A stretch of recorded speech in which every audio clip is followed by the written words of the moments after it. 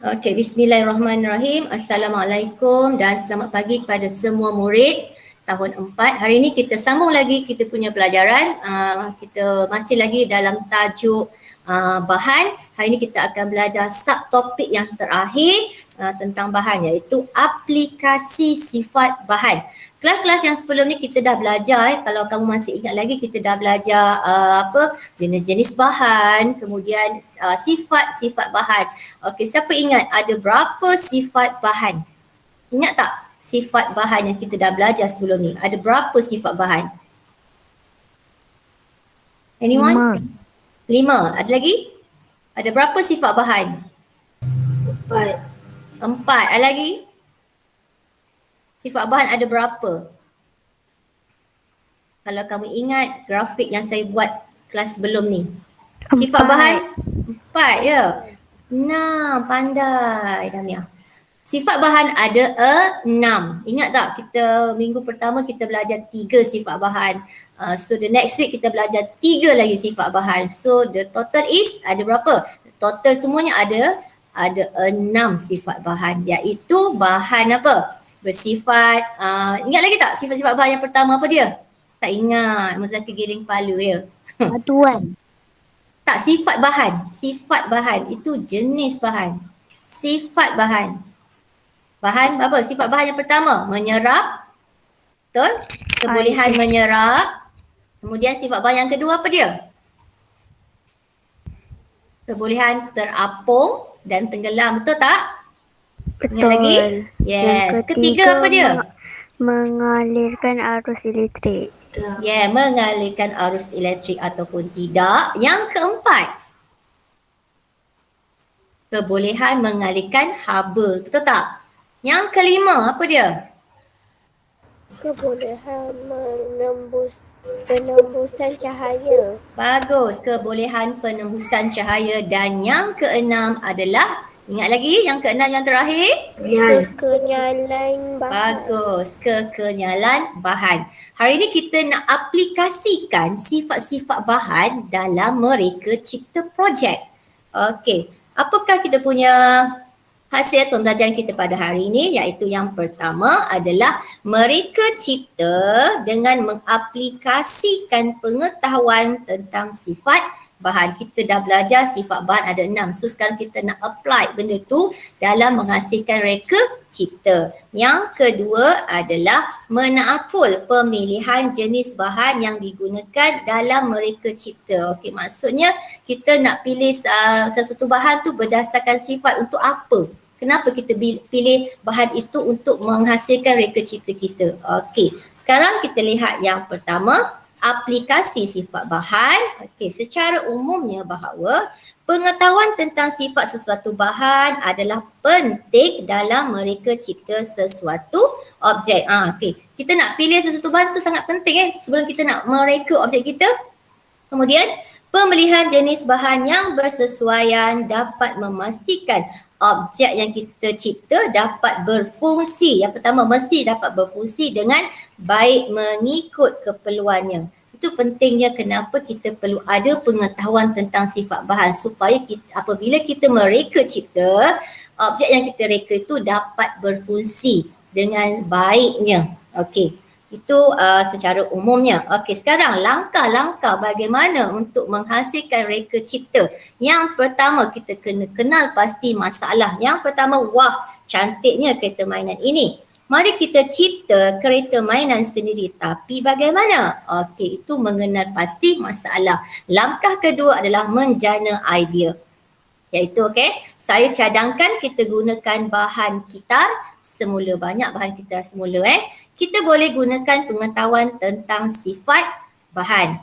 Yang ketiga adalah membuat lakaran. Kita dah jana idea, kita lakarkan di atas kertas.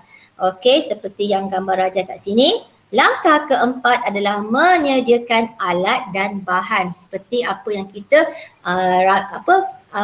kita lakarkan tersebut.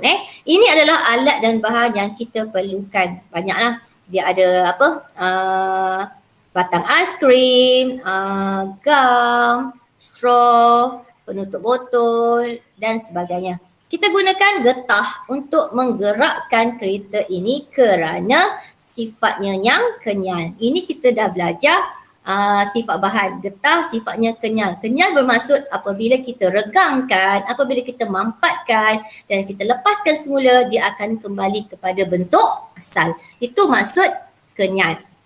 Okey, seterusnya sekarang adalah membina kereta mainan. Idea dia adalah untuk membina kereta mainan. Lekatkan batang aiskrim dan straw dengan menggunakan pistol pelekat panas. Dia gunakan batang aiskrim dengan straw. Kemudian yang kedua, langkah kedua, masukkan lidi ke dalam straw dan pasangkan penutup botol sebagai roda. Dia nak hasilkan apa? Dia nak hasilkan kereta. Mereka cipta kereta. Lekatkan satu bateri pada salah satu batang aiskrim sebagai pemberat untuk menstabilkan kereta mainan. Langkah yang keempat adalah pasangkan gelang getah pada lidi dan putarkannya sehingga ketat, kemudian lepaskan kereta mainan di atas lantai. Ini adalah membina kereta mainan. Kemudian kat sini kat bawah ni, ini contoh ya. Contoh kereta mainan yang telah dihasilkan oleh murid tersebut. Hasil daripada menjana idea, kemudian dia lakar, kemudian ada langkah-langkah untuk menghasilkan projek tersebut. Okey, di sini cipta model lain dengan mengaplikasikan pengetahuan tentang sifat bahan. Ini yang akan kamu buat projek kamu yang akan kamu siapkan dalam masa 1 minggu. Sebabkan minggu depan cuti sekolah Okey, itu yang pertama. Okey, yang seterusnya sekarang kita pemilihan jenis bahan. Okey, setiap bahan dia ada sifat-sifatnya dan ada kepentingan masing-masing. Okey, kita lihat yang pertama, ini adalah periuk. Semua orang kenal ni periuk. Okey, dia ada penutup, ada pemegang Okey, penutup ni kat atas ni, nampak tak penutup kat atas ni? Okey, penutup ini dibuat daripada kaca. Kamu rasa apakah kepentingan kenapa menggunakan kaca? Tahu kaca sifatnya apa? Lut? Sinar. Yes, good. Lut sinar. Lut sinar. Apakah maksud lut sinar? Bahan ataupun objek yang dapat Menembus. cahaya menembusi sepenuhnya kan? Okey. So bila dia dapat cahaya dapat menembusi sepenuhnya, so pengguna boleh lihat apa yang ada dalam periuk dengan jelas. Betul tak? Okey, itu fungsi yang pertama. So dia menggunakan kaca supaya sifatnya dapat cahaya dapat menembusi sepenuhnya, maka kita dapat lihat apa yang dalam periuk tu dengan jelas. Itu yang tentang penutup. Okey, sekarang kita pergi pada pemegangnya. Okey, pemegangnya dibuat daripada apa? Plastik. Dari plastik. Kenapa guna plastik pada pemegang? Kenapa tak guna logam? Kalau logam benda tu boleh panas. Nanti susah nak pegang. Pandai. Logam dia membenarkan haba mengalir, betul tak? Maka dia adalah konduktor haba. Tetapi plastik ni konduktor ke penebat haba? Siapa tahu? Plastik ni penebat ke konduktor haba? Penebat. Yeah, Penebat. haba. Apa maksud Penebat. penebat? Apa maksud penebat? Apa maksud penebat haba?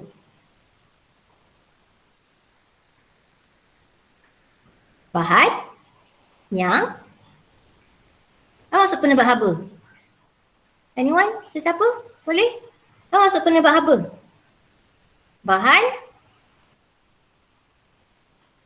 Saya tak ingat. Ryan mana Ryan? Ryan mana Ryan? Ain? Tak ingat cikgu, tak ingat. Tak ingat. Oi, minggu lepas dah belajar Kak oi. Okey. Penebat haba adalah bahan yang tidak membenarkan haba mengalir melaluinya. Faham tak? Apa itu penebat haba? Apa itu penebat haba?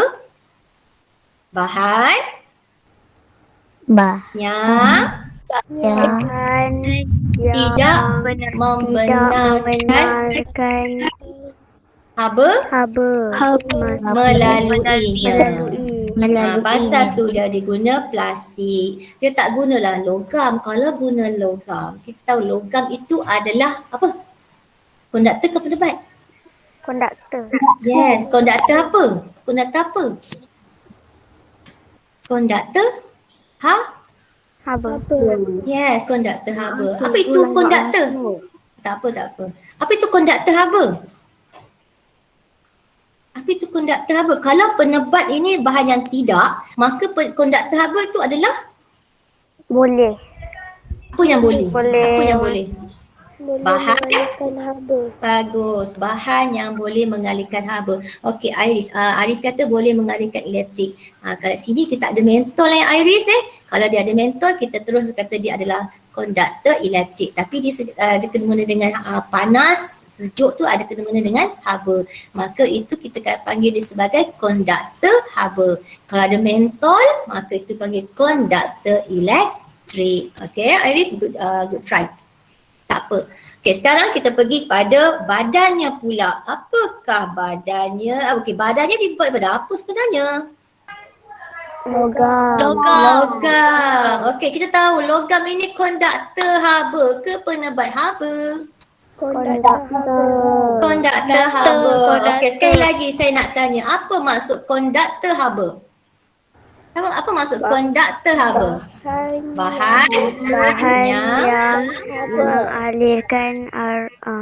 mengalihkan haba. Bagus. Bahan yang membenarkan. Maksudnya okey, apa bahan kata okey tak apa kau lalulah. Maksudnya macam itulah lebih kurangnya. Maksudnya bahan yang membenarkan haba mengalir melalui. Okey, badannya dibuat pada logam supaya apa yang kita masak tu habanya dapat mengalir dengan kata cepat panas, makanan tu cepat masak. Okey. Okey, Damia nak tanya apa Damia? Tak ada. Okey, sebab tadi angkat tangan. Okey, kita pergi kepada objek yang seterusnya iaitu kain lap. Semua ada kain lap. Kain lap ni dibuat pada apa? Daripada plastik ke? Daripada apa? Kain? Dibuat daripada apa? Dibuat pada kain kapas. Kain kapas. Ingatlah yang saya bagi tahu itu daripada pokok kapas. Ingat lagi tak? Dia tidaklah dibuat daripada sutera Sutera tu daripada haiwan. Ya, bagus, tumbuh-tumbuhan. Kain kapas sifatnya apa? Kalis ke serap? Serap. Okey, bagus. Iris kata serap. Okey, kain kapas sifatnya menyerap. Maka kain lap amat sesuai menggunakan kain kapas. Bahan yang digunakan untuk menghasilkan kain lap adalah daripada kain kapas. Dia tak adalah buat daripada kain sutera, sebab kita tahu kain sutera tu licin Dia tidak dia bukanlah penyerap yang baik. Maka penyerap yang baik adalah daripada kain kapas. Okey. Yang seterusnya adalah semua tahu ini payung. Okey, kita tahu payung, kita gunakan payung untuk berlindung daripada hujan, terutama sekali pada hujan Okey, sifatnya bahannya adalah menggunakan daripada kain sintetik. Kain sintetik. Kita tahu kain sintetik ni sifat dia apa? Serap ke kalis? Kalis air. Yes. Sifat dia kalis air. Kalau serap air tak gunalah kita gunakan payung ketika hujan. Okey, sifat dia adalah kalis air. Siapa ingat kain sintetik ni dibuat apakah Petroleum. bahan semula jadi dia? Bagus, daripada bahan petroleum. Kalau kamu masih ingat lagi kelas kita yang sebelum ni, kita tahu petroleum menghasilkan pellet plastik, kain sintetik, betul tak? Kain sintetik ini salah satu kegunaannya adalah untuk menghasilkan payung, menghasilkan kemah, menghasilkan baju hujan. Sebab sifat dia yang pertama dia ringan. Kedua sifatnya adalah kalis air. Ketiga sifatnya tahan. Apa maksudnya dia tahan dia tidak mudah reput macam kain-kain yang lain. Okey, ini adalah kain sintetik. Contoh pemilihan bahan dalam menghasilkan objek. Sebenarnya ini adalah saya tunjukkan kenapa. Ini adalah pemilihan bahan untuk menghasilkan objek. Sifat-sifat kenapa kita pilih bahan-bahan tersebut. Okey. Yang ini, yang seterusnya, pintu kaca. Selalu kalau kat rumah mesti ada ni pintu kaca, tingkap kaca. Kita tahu kaca ini bersifat apa? Kaca. Ya, kaca sifat apa? Logam. Sifat bahan dia apa? Logam. No, sifat sayang sifat. Pintu kaca ni lut apa? Lut sinar. Yeah, lut Lutsina. Apa maksud Lutsina? Nampak tak S ni? S, saya dah bagi tahu S untuk apa? Semua. Bagus. Apa semua? Maksudnya cahaya dapat menembusi semuanya Semuanya. Okey, maksudnya bahannya daripada lutsina. Kenapa kita gunakan bahan lutsina? Supaya kita dapat melihat pemandangan dekat luar tu dengan lebih jelas. Okey, kita taklah guna macam bahan legap ataupun bahan lut cahaya, sebab lut cahaya pandangan kita mungkin jadi kabur, kita tak dapat lihat apa yang di belakang tu. Kalau kita guna legap adalah bahan yang tidak membenarkan sebarang cahaya menembusinya, seperti tembok. Kita tak dapat tengok dekat luar tu ada apa. Tak dapat dengan jelas, langsung tak nampak. Kalau cahaya kita dapat lihat dengan kabur saja. Tetapi apabila menggunakan lutsina dengan S ni, S saya dah bagi tahu hari tu, S adalah stand for semua. Semua apa? Semua cahaya dapat menembusi sepenuhnya. Bermaksud bila cahaya dapat menembusi semuanya, maka kita dapat lihat apakah objek di belakang dia dengan jelas. Kalau lut cahaya maksudnya bahan separuh. dia menggunakan separuh saja cahaya menembusinya. Manakala legap ada hari tu latihan yang dibagi, dia tulis gelap, kan gelap legap. Bila legap maksudnya bahan yang tidak membenarkan sebarang cahaya menembusinya. Maksudnya dia tak boleh tembus. Okey, itu adalah pemilihan bahan bagi menghasilkan objek. Okey, sekarang ini yang saya maksudkan let's do this. Apa dia? Mereka cipta objek dengan aplikasikan pengetahuan, sifat bahan dan mempersembahkan secara kreatif dan inovatif. Okey, sebenarnya ini tempoh untuk menghasilkan projek ini saya bagi selama 1 minggu. Okey, nanti dalam Telegram saya akan bagi tarikh bila last hantar. Ada dah? Okey, dengar dulu saya cakap. Nanti dalam Telegram saya akan share beberapa contoh projek yang boleh kamu buat. Kamu pilihlah, kalau kamu tak nak ikut contoh yang cikgu bagi tu pun tak apa, mungkin kamu ada idea lain. Tetapi masih lagi menggunakan bahan-bahan, aplikasikan pengetahuan kamu untuk menghasilkan reka cipta ini. Okey, reka cipta itu kamu kena rakam, kemudian kamu kena persembahkan secara kreatif. Kamu adalah dia punya dialognya kamu cakaplah kamu menghasilkan apa, bahan yang kamu gunakan tu apa sifatnya. Masa tengah buat tu pun nak kena rakam. Ya, tengah buat tu kamu rakam. Boleh faham? Okey, ada nak tanya apa-apa tentang projek? Tempoh untuk menghasilkan projek itu adalah selama seminggu. Tarikh akhir hantarnya adalah pada selewat-lewatnya pada minggu hadapan 19 hari bulan September. Selewat-lewatnya apa? 19 September. Kalau hantar lebih awal daripada itu pun lagi bagus, ya. Yang objek ni nak buat dia macam mana? Nak tunjuk Okey, macam mana? Kena tunjuklah.